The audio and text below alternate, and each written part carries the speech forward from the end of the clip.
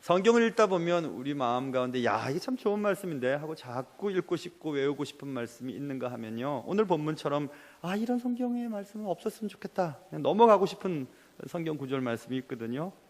마치 학생이 시험을 볼 때 너무 어려운 문제가 나오면 이런 문제는 좀 안 나오면 좋겠는데 하는 그런 문제가 오늘 본문에 나옵니다. 정말 오늘 기록된 말씀대로 살아갈 수 있을까? 과연 이 말이 가능할까? 라는 생각을 가질 만큼 어려운 말씀들이 본문에 기록되어 있는데요, 오늘 우리는 단단히 각오를 하고 이 말씀을 받아야 될 것 같습니다. 예수님의 말씀은 이렇게 시작됩니다. 누구든지 살인하면 심판을 받게 된다는 것을 알지? 네, 알죠. 근데 말이야, 형제에게 화를 내는 사람도 심판을 받게 되는 거 아니야? 네? 이런 얘기가 오늘 본문에 들어가 있습니다. 형제를 향해 라카라고 하는 사람은 공회에 잡혀가게 돼. 여기서 라카라고 하는 말, 라카는 나가라는 뜻이 아니라 라카라고 하는 유대인의 말인데요, 이것은 머리가 비었다는 뜻이에요. 골빈놈 이런 뜻입니다. 골이 비어있으니까 쓸모가 없겠죠? 쓸모없는 놈 것입니다. 자, 그래서 예수님 당시에 유대인들 사이에 흔히 사용되었던 비난의 말이었습니다. 또 예수님도 말씀하시죠. 형제를 향해 미련한 놈이라고 하는 사람은 지옥불에 들어가게 될 거야. 여기서 미련하다는 말은 바보, 어리석은 자라는 뜻을 가진 말입니다. 이 말도 당시 매우 심한 비난의 말 중에 하나였죠. 이런 말을 듣고 있던 오늘 본문의 청중들, 오늘 5장 1절에 보면 제자들이 듣고 있었는데요, 이 말을 듣고 예수님도 참 살다 보면 화를 낼 수도 있고요, 골빈 놈 정도라고 말할 수 있고 바보 같은 놈이라고 말할 수도 있지 않습니까? 그런데 그런 말 좀 했다고 지옥에 간다는 말씀은 좀 그렇지 않습니까? 너무 심한 말씀 아닙니까? 정말 깜놀입니다. 정말 여러분 깜놀이라는 말 모르시죠? 깜짝 놀랍니다. 이게 깜놀, 젊은 아이들이 쓰는 말입니다. 깜놀, 정말 깜놀입니다. 깜짝 놀랄 만한 이야기입니다. 그래서 서두에서 이야기한 대로 이런 말씀은 좀 성경에서 없었으면 좋겠어요.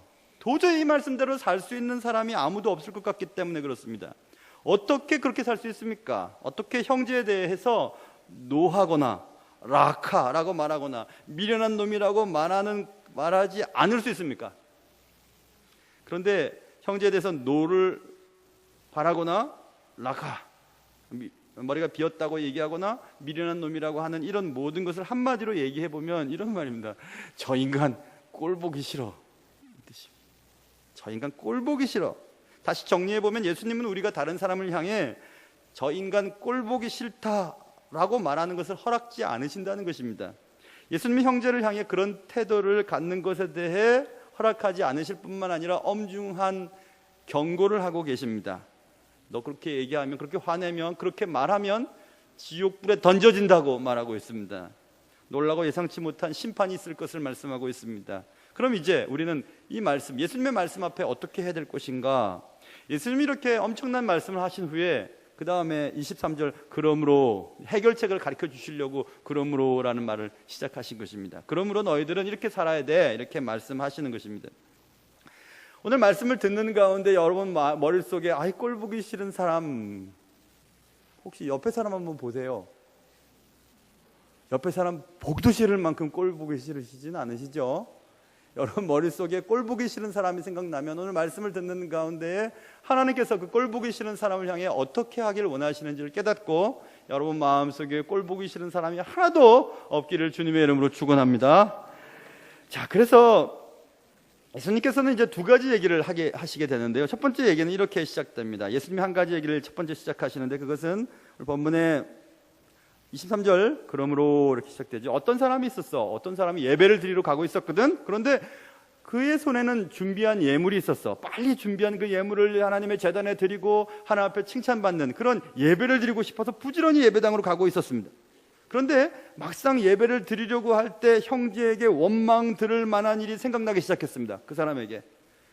그럴 때는 어떻게 되지? 그럴 때는 예물을 제단 앞에 두고 먼저 가서 형제와 화해하고 그 후에 와서 예물을 드려야 된다, 이렇게 주님이 말씀하고 있는 것입니다. 예수님은 우리가 드리는 예배, 여러분들 지금 예배 드리고 계시죠? 예배보다 형제와의 화해가 먼저 해야 할 일임을 오늘 분명히 성경에서 말씀해 주고 있습니다. 이 말씀을 듣고 있는 청중은 아까 말씀드린 것처럼 5장 1절에 보면 제자들에게 지금 하시는 말씀입니다. 그러니까 오늘 말씀을 듣고 목사님 이렇게 말씀하시고 성경에 이렇게 써 있어도 나는 미워하는 사람 끝까지 미워할 거예요. 보기 싫은 사람 끝까지 보기 싫어할 거예요. 그런 사람들은 제자가 될 수가 없어요. 제자로 살아가기 위해, 하나님의 뜻대로 살아가기 위해서는 오늘 이 말씀을 꼭 통과해야 합니다. 이 시험에 통과해야 합니다. 그럼 어떻게 해야 되는가? 제자로서의 삶은 쉬운 것이 아닙니다. 제자들에게 있었어야 하나님을 만나는 예배보다 더 중요한 것이 있을 수 있습니까? 그러나 그것보다 더 중요한 것이 있다. 그것은 형제와 먼저 화해하는 것이야. 이렇게 말씀하고 있습니다.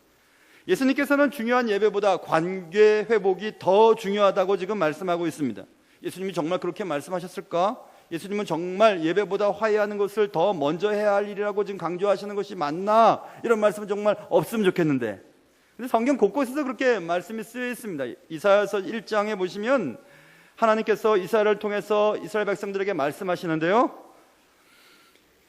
여호와의 말씀을 들을지어다. 너희 고모라의 백성아, 우리 하나님의 법에 귀를 기울일지어다 하면서 여호와께서 말씀하시되 이렇게 시작됩니다. 이사야서 1장 11절부터 너희의 무수한 재물이 내게 무엇이 유익하뇨? 무엇이 유익하뇨? 나는 숫양의 번제와 살진 짐승의 기름에 배불렀고 나는 숫송아지와 어린 양이나 숫염소의 피를 기뻐하지 아니하노라. 이렇게 말씀했어요.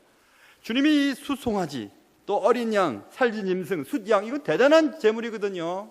정말 부자인 사람들, 좀 풍족한 사람들이 드릴 수 있는 최고의 재물이에요. 하나님 앞에 드리는 예배 드리기 전에 예물 드리는 예물 가운데 정말 중요한 예물입니다. 그런데 그런 걸 기뻐하지 않는다고 말씀하고 있어요. 너희가 내 앞에 보이러 오니 이것을 누가 너에게 요구했냐? 내 마당만 밟을 뿐이니라. 왔다가 갔다가 왔다 갔다 하는 것입니다. 예배는 드리지만 그 예배를 주님이 안 받겠다는 것입니다. 그러면서 주님이 헛된 재물을 다시는 가져오지 말라. 분향은 내가 가증히 여기는 바요 월삭과 안식일과 대회로 모이는 것도 그러하다. 주일날 예배 드리는 건 나 싫다. 니들 예배 드리는 거 지금 못 견디겠다. 너희들이 드리는 귀한 예물도 내가 못 받겠다. 이렇게 말씀하고 있어요. 왜 그렇게 주님이 말씀하실까? 너희가 손을 펼 때 내가 너희 눈을 너희에게서 가리고 내 눈을 너희에게서 가리고 너희가 많이 기도할지라도 내가 듣지 않겠다. 손을 펴고 하나님 내 기도를 좀 들어주세요, 내 이 문제를 해결해 주세요 라고 손을 펴도 안 보시겠다는 겁니다. 아무리 우리가 기도를 해도 안 듣겠다고 말씀하고 있습니다. 주님께서 왜 이러실까요? 이는 왜냐하면 이는 너희의 손에 피가 가득함이라. 누구에게 상처를 주고 누구를 상해한 후에 내 손이 다른 사람의 피가 묻어 있습니다. 그런 상태로 손을 들어 주님 앞에 기도하고 하나님 내 문제를 해결해 달라고 외친다고 해서 들어주지 않겠다는 것입니다. 너희는 스스로 씻으며 스스로 깨끗하게 하여 내 목전에서 너희의 악한 행실을 버리고 행악을 그치고 선행을 배우며 정의를 구하며 학대받는 자를 도와주며 고아를 위하여 신원하며 과부를 위하여 변호하라 하셨느니라. 마땅히 해야 될 일들을 하고 와서 예배드리라는 겁니다. 그렇게 하지 않을 때 너희들이 드리는 예배와 제물도 다 가증한 것이 된다는 것입니다. 예배를 드렸다 가도 마당만 밟을 뿐 하나님의 마음을 움직이지 못한다고 지금 얘기하고 있어요. 이게 바로 주님이 말씀하는 것입니다. 제물을 드리려 하다가도 누구에게인가 원망 들을 만한 일이 생각나면 제물을 드리고 예배를 드리기 전에 제물을 제단 앞에 두고 그 형제와 가서 먼저 화해하고 와서 예배를 드리라고 주님이 말씀하고 있거든요. 이게 굉장히 중요한 얘기입니다. 저는 신학을 좀 늦게 했잖아요. 직장생활 하다가 신학교를 갔으니까 신학교 가서 공부를 했는데 좀 부족한 것 같았어요. 그래서 어찌어찌해서 하나님이 은혜를 주어서 공부할 수 있는 기회가 있어서 미국 가서 공부를 이렇게 시작을 했는데 기독교 교육을 공부하고 싶었어요. 어떻게 하면 기독교적으로 성도들을 잘 섬길 수 있을까 하는 그런 바람이었죠. 그래서 기독교 교육 심리, 교육 행정에 대한 여러 가지 공부들을 할 줄 알고 이제 첫 공부 과목을 듣게 되었죠. 우리처럼 우리가 이렇게 신청을 해서 듣는 것이 아니라 미국 그 학교는, 제가 공부했던 학교는요, 이렇게 먼저 적성 검사를 해서 이 사람이 어떤 곳에 맞는지 거기에 맞춰서 공부를 시켜주는 것입니다. 그런데 모든 학생들이 처음 들어야 할 과목은 과목 제목부터가 이상했어요. 낯설었습니다. 한 번도 들어보지 못한 과목이었어요. 리컨실리에이션이라고 하는 화해, 중재, 조정이라고 하는 과목이었습니다. 한 번도 들어보지 못했어요. 그런 과목은. 이게 도대체 무슨 과목일까 기대했죠. 또 고민했습니다. 첫 시간에 교수님께서 수업 시간에 들어오셔서 이 얘기를 하시는 거예요. 화해에 대한 얘기를. 기독교 내에 미국 내에 다 인종이 모여 있으니까 인종 간의 갈등, 레이시즘이라고 하죠. 인종 갈등부터 시작해서 부자와 가난한 사람의 갈등, 그리고 제3세계와의 문제들, 또 특별히 가족 간의 문제, 또 자기 자신과 화해하는 부분들, 그런 것들이 해결되지 않고서는 하나님의 말씀을 공부하고 하나님의 말씀을 공부한 후에 성도들을 섬기고 하는 일들이 불가능하다는 겁니다. 그래서 화해와 조정과 또 조정에 대한 부분들, 중재에 대한 부분들, 이런 공부들을 해야 된다는 얘기를 들었을 때야 비로소 하나님께서 우리 자신과 그리고 다른 사람과의 관계 속에서의 화해에 대한 부분들이 얼마나 중요한지를 알게 되었습니다. 여러분에게 누군가 저 사람 정말 꼴 보기 싫어, 이런 마음들이 생긴다면 예배 드리러 오시기 전에 먼저 그 사람과 화해하고 예배 드리라고 지금 말씀하고 있는 것입니다. 예배 드리러 가던 발걸음을 돌이켜 꼴 보기 싫은 그 사람에게 먼저 가서, 우리가 움직이던 발걸음을, 하나님께로 움직이던 발걸음을 먼저 내가 원망 들을 만한 일이 생각나는 그 사람에게 가서 화해하고 예물을 드리고 예배를 드리라, 이렇게 말하고 있습니다. 여러분도 말씀 가운데서 그런 사람이 생각나면 꼭 그 사람과 화해할 수 있는 은혜가 있기를 주님의 이름으로 축원합니다. 화해하는 것은 이렇게 예배보다 중요합니다. 또 한 가지 주님이 또 다른 얘기를 시작하고 계시는데, 어떤 사람이 있었어. 25절입니다. 어떤 사람이 자신을 고발하려고 하는 자와 함께 길에 있게 되었지. 두 사람이 함께 법정에 가고 있었는지, 어쨌든 두 사람이 같이 있었어요. 아니면 지나가다가 우연하게 만났는지, 저 멀리서 나를 고발하려고 하던 사람이 오고 있는데 미처 피하지 못해서 맞닥뜨렸게 되었는지 모르겠습니다. 어쨌든 그렇게 됐을 때에 자신을 고발하려는 자와 길에서 만나게 되었을 때는, 그때는 어떤 이유였는지 상관없이 급하게 화해를 해야 된다. 만약 그렇게 하지 않으면 재판관이 너를 옥에 가둘까 염려해야 된다, 이렇게 주님이 또 말씀하셨어요. 예수님은 화해라고 하는 것이 우리가 급히 해야 할 일임을 또다시 한 예화를 통해서 알려주고 계시죠. 여기서 길에 있을 때라고 하는 말을 한번 생각해 보세요. 25절, 너를 고발하는 자와 함께 길에 있을 때에 급히 사화해라. 길에 있을 때라고 하는 말은 무슨 말일까요? 길에 있을 때, 길이라고 하는 것은, 길에 있다는 것은 무언가 일을 하기 위해 열심히 가고 있는 과정을 말하는 것 아니겠습니까? 무언가 지금 이 사람은 열심히 무엇인가를 하기 위해서 지금 움직이고 있습니다. 일을 보러 갈 때, 이렇게 이해할 수 있을 것 같아요. 더 나아가서 해석한다면 길 위에 있을 때, 길에 있을 때, 이것은 생명이 있을 동안에, 이렇게 해석해도 돼요. 그렇게 이해할 수 있어요. 그러니까 뭔가 열심히 뭘 하기 위해서 길 위에 있잖아요. 도상 위에 있지 않습니까? 그러니까 생명이 있을 동안에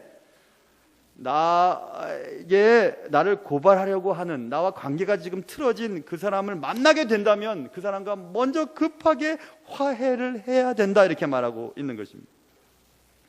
우리는 늘 생각하고 있지만 실행하지 않은 일들이 얼마나 많습니까? 누군가 선물 줘야지, 칭찬의 말을 해야지, 편지를 써야지, 전화 걸어야지, 이렇게 생각만 하지만 하지 못한 일들이 얼마나 많습니까? 올해는 외국어 하나쯤은 또 공부를 해봐야지, 철학책 정도는 한 몇 권씩 읽어봐야지, 이렇게 생각은 하지만 하지 못한 일들이 얼마나 많습니까? 만일 우리가 생각했던 일들을 모두 다 실천에 옮겼더라면 지금보다 훨씬 더 나은 삶을 살고 있지는 않았을까요? 그래서 우리는 급하게 해야 될 일들은 빨리 급하게 해야 합니다. 그런데 오늘 그 급하게 해야 될 일이 뭐냐 하면, 자신을 고발하는 자와 함께 길에서 만났을 때, 생명이 아직도 존재하고 있을 때, 그때 급하게 화해를 하라고 말하고 있습니다. 자신을 고발하려던 자와 지금 길에서 만났어요. 근데 이 사람은 나를 고발하려던 저 사람을 보면 기분이 나쁜 거예요.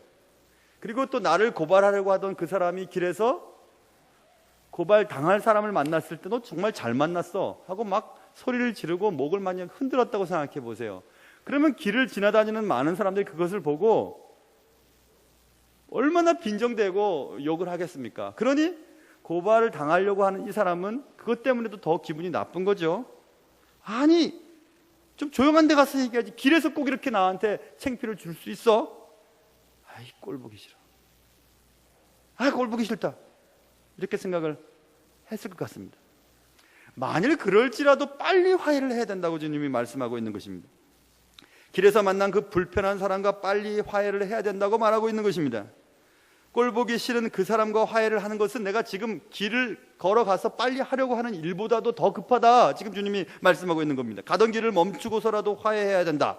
길에 있을 때, 생명이 있을 동안에, 기회가 있을 동안에 화해해야 된다. 이렇게 주님이 말씀하고 있는 겁니다. 우리에게 내일이라고 하는 단어가 있을 수 있을까요? 과연 내일이라고 하는 시간은 과연 나의 것일까요? 야고보서 4장에 보면 들으라 이렇게 하면서 성경이 시작되는데요, 잘 들어야 될 내용이 들어있습니다. 너희 중에 말하기를 어떤 사람이 오늘이나 내일이나 우리가 어떤 도시에 가서 장사를 해서 사업을 크게 열어서 거기서 1년을 머물면서 돈을 많이 모으자 라고 얘기했다. 그런데 생각해봐라. 내일 일을 너희가 알지 못하는도다. 너희 생명이 무엇이냐? 너희는 잠깐 보이다가 없어지는 안개 아니냐, 이렇게 말했습니다. 우리에게는 내일, 다음, 나중에, 그 사람 나중에 만나지, 그 사람 나중에 해결하지, 나중에 그렇게 하지 하면서 그렇게 뒤로 미룰 성질의 것이 아닌 것을 성경은 여러 번 말씀하셨어요. 잠깐 보이다가 급하게 사라지는 안개와 같은 삶을 살아가고 있는 여러분과 제가 해야 될 일 가운데서 급하게 해야 될 일이 무엇이냐면, 내일이라고 하는 날짜를 생각하면서 미뤄서는 안 되는데요, 그 미뤄야 하는 것들과 미뤄서는 안 되는 것들 가운데 가장 중요한 것 가운데 하나가 여기 급히 사화하는 일입니다. 화해하는 일입니다. 누군가 관계가 회복되는 일입니다. 사도 바울은 고백하지요. 고린도전서 15장에서 나는 날마다 죽노라 이렇게 얘기합니다. 날마다 그가 사역하는 게 힘들어서 죽을 만큼 고생을 해서 그렇게 말했는지, 아니면 정말 내 자존심을 오늘도 죽여야지, 오늘도 내 자존심을 죽이고 사역을 해야지, 그런 마음으로 이렇게 고백을 했는지는 모르겠지만 사도 바울은 날마다 결심하는 겁니다. 날마다 다짐하는 겁니다. 내가 오늘 죽어야지, 난 오늘 또 죽어야지 하면서 기도하고 또 다짐하고 있는 것입니다. 그리고 바울은 오직 한 일, 뒤에 있는 것은 잊어버리고 앞에 있는 것을 잡으려고 내가 쫓아간다 이렇게 말했죠. 하나님이 위에서 부르신 부름의 상을 위하여 내가 쫓아간다 라고 빌립보서 3장에서 또 말씀하고 있습니다. 바울은 하루하루를 그렇게 살았습니다. 내일이 올 것처럼 믿고 그렇게 살지 않았습니다. 오늘 하루를 열심히 살았습니다. 그런 마음으로 오늘 우리가 살아야 되는데, 그 중에 꼭 우리가 해야 될 일은, 내일로 미루지 말아야 될 것은 나와 관계가 틀어진 사람, 나의 잘못 때문에 나를 고발하려고 하는 사람과 빨리 화해를 해야 되는 것입니다. 비록 길에 있을 때 무슨 일인가 하기 위해 가고 있던 도중 가운데라도 그 사람과 만나면 빨리 화해해야 된다고 말씀하고 있는 것입니다. 꼴 보기 싫은 누군가와 화해하는 것은 내가 하려고 하는 일보다 먼저 해야 할 일임을 주님은 거듭거듭 지금 말씀하고 있는 겁니다.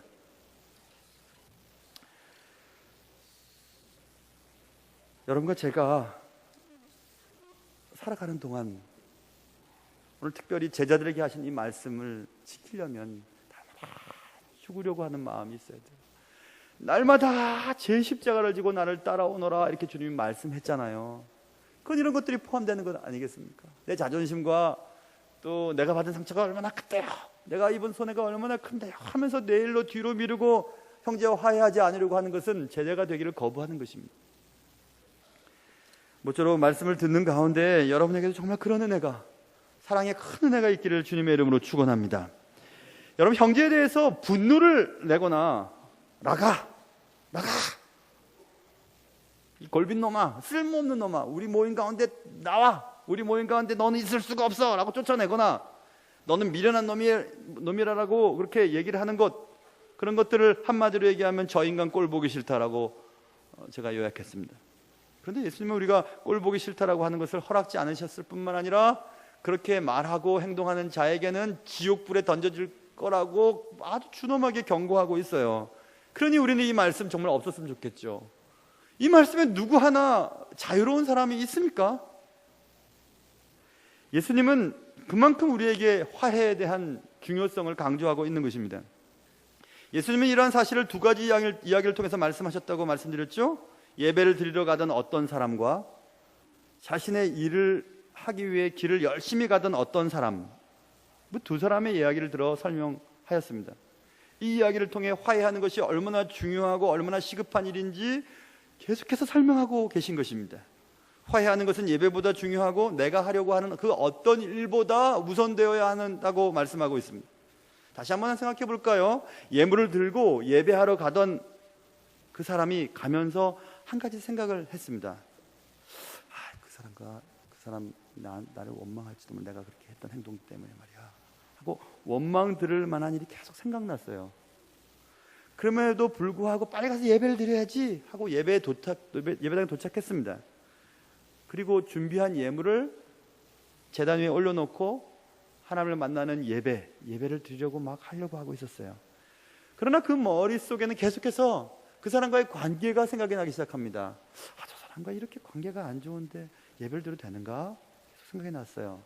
나를 원망하던 그 형제가 왔나 안 왔나 예배당을 둘러보기 시작했습니다. 근데 정말 오지 않았어요. 나를 원망하면서 예배하러 오지 않은 그 사람이 생각나기 시작했습니다. 그 사람은 아마 분명히 예배당 가면 그 사람 볼 텐데 꼴 보기 싫어. 그 사람 때문에 내가 이렇게 됐으니까 그 사람 정말 원망스러워 하면서 그 사람 꼴 보기 싫은 그 사람을 보지 않기 위해 교회에 정말 안 왔어요. 그 사람은 안 왔어요. 그러자 이제 제물을 드리려고 하던 그 사람은 이거 안 되겠다 이거. 그리고 주님은 빨리 제물을 두고 예배 드리기 전에 그 형제와 화해하고 와서 예배 드려라 이렇게 말씀하고 있는 겁니다. 여러분, 누군가와의 관계가 깨어진다는 것은 누군가와의 관계 속에서 미움이라고 하는 것이 들어갔기 때문에 그래요. 미움이 있기 때문에 그런 것입니다. 이렇게 미움은 인간관계뿐만 아니라 하나님과의 관계를 깨뜨려버리는 아주 무시무시한 죄입니다. 사람이 미워서 교회에 안 오는 것입니다. 사람이 원망스러워서 교회에 안 오는 거예요. 그래서 교회를 안 오자 그의 영혼은 지옥에 갈 수밖에 없지요. 누군가를 실족해 하는 자는 그 사람의 영혼을 대신 갚아야 됩니다. 그 사람을 통해서. 그렇기 때문에 큰 죄가 되는 거예요. 그렇기 때문에 지옥에 떨어지지 않으려면 빨리 가서 화해를 해라. 먼저 가서 화해를 해라. 예배를 드리고 제물을 드리는 것보다 먼저 화해를 해야 된다. 이렇게 주님이 말씀하고 있는 겁니다. 누군가의 관계 속에서요, 형제들과의 관계. 오늘 본문에 나오잖아요. 형제와 화목하고 형제에게 원망 들을 만한 일이 있는 것이 생각나거든 이렇게 말하고 있는 것입니다. 그래서 주님께서는 예물을 들고 예배하러 가는 그것보다 형제 원망 들을 만한 일이 생각나는 그 사람과 빨리 화해를 하고 나를 만나러 오라고 지금 말하고 있는 것입니다. 주님은 또 두 번째 얘기를 하면서 이렇게 말씀하셨죠. 나를 고발하려고 하는 자를 길에서 우연히 마주치게 되었어요. 아니면 정말 막 목덜미를 붙들고 같이 재판관을 향해서 가고 있는지도 모르겠습니다. 아무튼 그 두 사람이 길에 있습니다. 길에서도 아까 말씀드린 것처럼 계속 나에게 창피를 주는 거예요. 해결할 거야 말 거야? 빨리 해결하란 말이야. 재판관에게 가기 전까지 빨리 해결하란 말이야. 사람들이 지나다니는 길에서까지 나에게 이런 모욕감을 주다니. 그 모욕을 입은 그 사람은 정말 저 형제 맞아? 형제가 어떻게 이렇게 할 수가 있어? 꼴 보기 싫어. 저 사람 꼴 보기 싫어 하면서 좋아 나 아무것도 안 해. 이렇게 창피를 당한 사람은 마음속에 본인이 잘못했는지 그 사람 잘못했는지 모르겠지만 꼴 보기 싫은 사람이 바로 앞에 있는 겁니다. 또 목을 쥐고 흔드는 사람도 빨리 해결하란 말이야 하고서 막 이 꼴 보기 싫은 놈아 자꾸 막 흔들어대기 시작해요. 서로 꼴 보기 싫은 거죠. 꼴 보기 싫은 두 사람이 막 싸우고 있는 것을 애매한 사람들이 지나가다가 본 거예요. 형제들끼리도 저렇게 싸우네 하면서 지나가는 사람들도 저런 게 꼴 보기 싫은 겁니다. 다시는 저들이 믿는 예배 그냥 안 간다 이렇게 생각하는 거죠. 얼마나 그런 일들을 우리 교회는 많이 하고 있습니까? 형제끼리도 해결하지 못해서 일반적인 재판관, 송사를 하고 법정에 고소를 하고 이런 일들이 얼마나 많아요. 그런 거 안 된다는 겁니다. 그런 거 하면 안 된다는 겁니다. 일부 예배 때 변호사 가족이 있어가지고요. 그래서 이 얘기하기 좀 미안하더라고요. 뭐 송사로 가지 마라 그러면은 법과 관련된 분들은 굶어야 되잖아요. 그거 되게 미안하더라고요. 그런데도 그 말씀을 전했더니 그래도 끄떡끄떡 하더라고요. 얼마나 은혜롭고 감사한지요.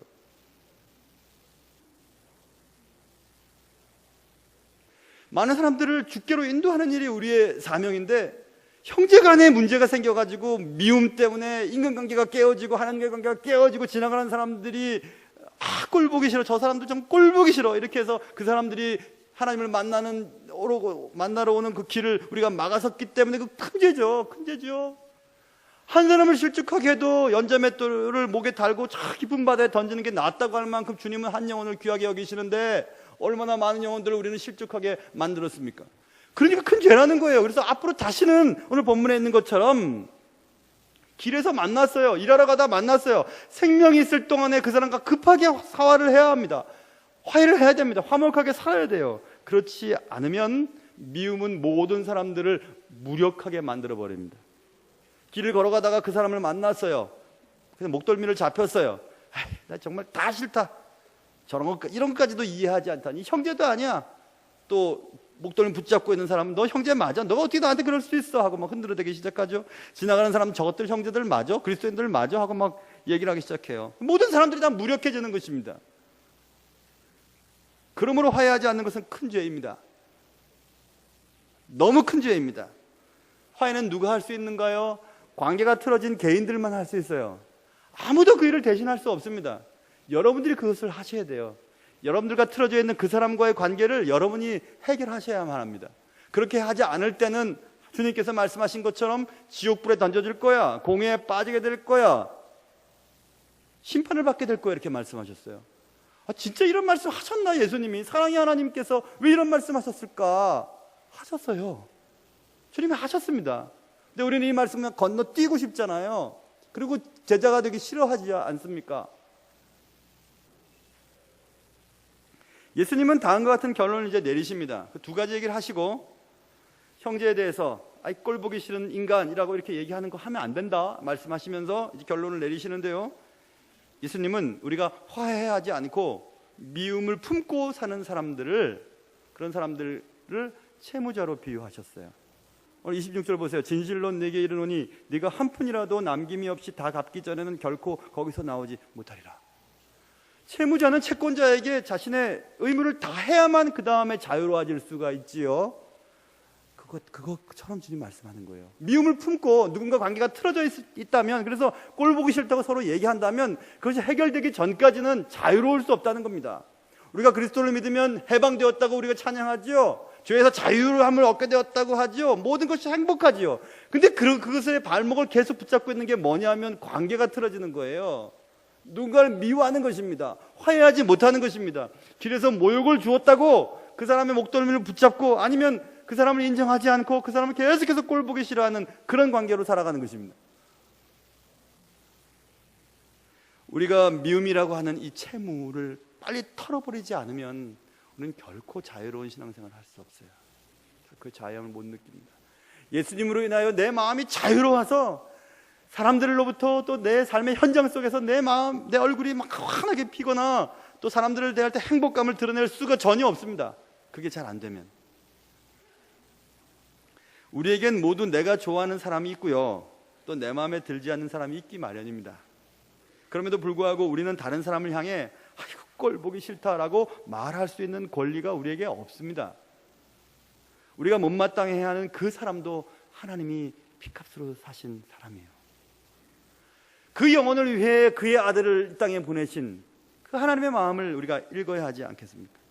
우리가 못마땅해 하는 그 형제를 향해 분노를 표출하고요, 머리가 빈 사람이라고 비하하고요, 미련한 사람이라고 비판하는 동안 우리에게 결코 자유가 없을 것입니다.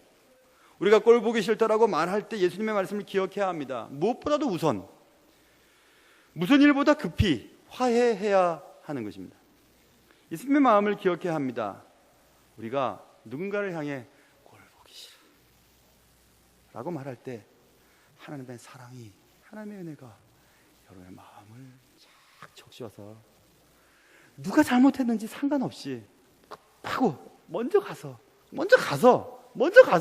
화해하고 잘 지냅시다, 그리스도의 이름으로 화해합시다, 이렇게 할 수 있는 은혜가 여러분의 삶 속에 있는다면 여러분의 삶은 지금보다 훨씬 더 자유롭고 행복하고 더 즐거울 것입니다. 그런 내가 여러분과 저의 삶 가운데 있기를 주님의 이름으로 축원합니다. 기도하겠습니다.